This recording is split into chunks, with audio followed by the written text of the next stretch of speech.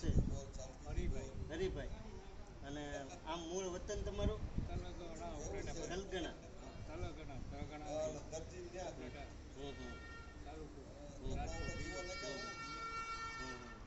હરિભાઈ ગોવિંદ બાપા. તો તમારા દીકરા ઊંચી કંપનીમાં? એટલી બધી ઊંચી કંપનીમાં? પીએસઆઈ નો સાહેબ હતો. પીએસઆઈ ને સાહેબ ડીવાયએસપી જુનાગઢ. એનું નામ શું છે? બટુકભાઈ. ડીવાયએસપી જુનાગઢની અંદર ફરજ બજાવે.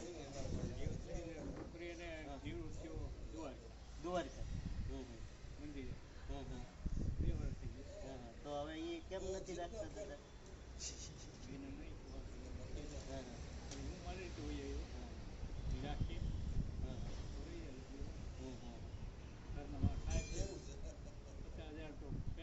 દાદા ડીવાયએસપી હોય ને તો એને પેન્શન 70,000 50,000 આવતું હોય, બરાબર?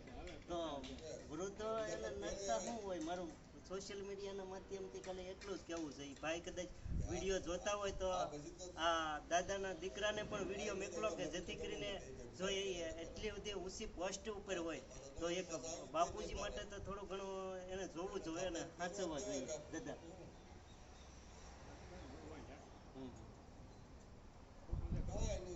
દાદા ફોટો તો બધું આવી ગયું દાદા. ના દાદા ફોટાનો એમાં શું હોય? હવે દીકરા જો અહીંયા તમે મેકવા આવ્યા હતા કે તમને મેકલી દીધા?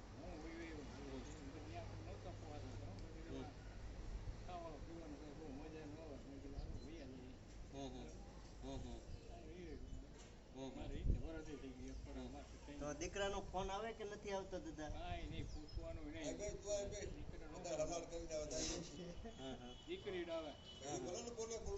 હા પણ દાદા અત્યારે દીકરીને એવું થતું હોય કે મારા બાપુજી, પણ દીકરાઓને અત્યારે કઈ એવો વિચાર ના આવતો હોય અને ઊંચી પોસ્ટ હોવા છતાં એને તો એવો વિચાર ન આવતો. હા હા.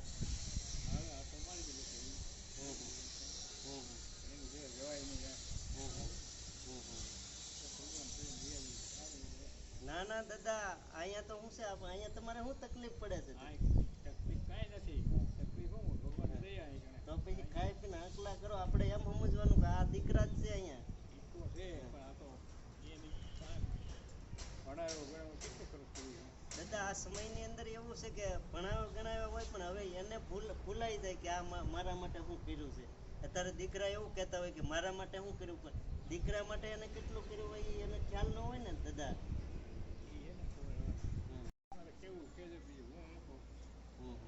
તો દાદા રોવાનું નહીં દાદા.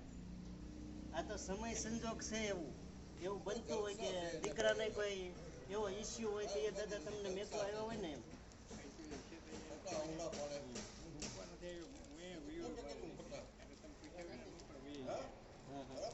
પણ એવું પોઝિશન હોય તો દાદા તમે વ્યાયો હોય ને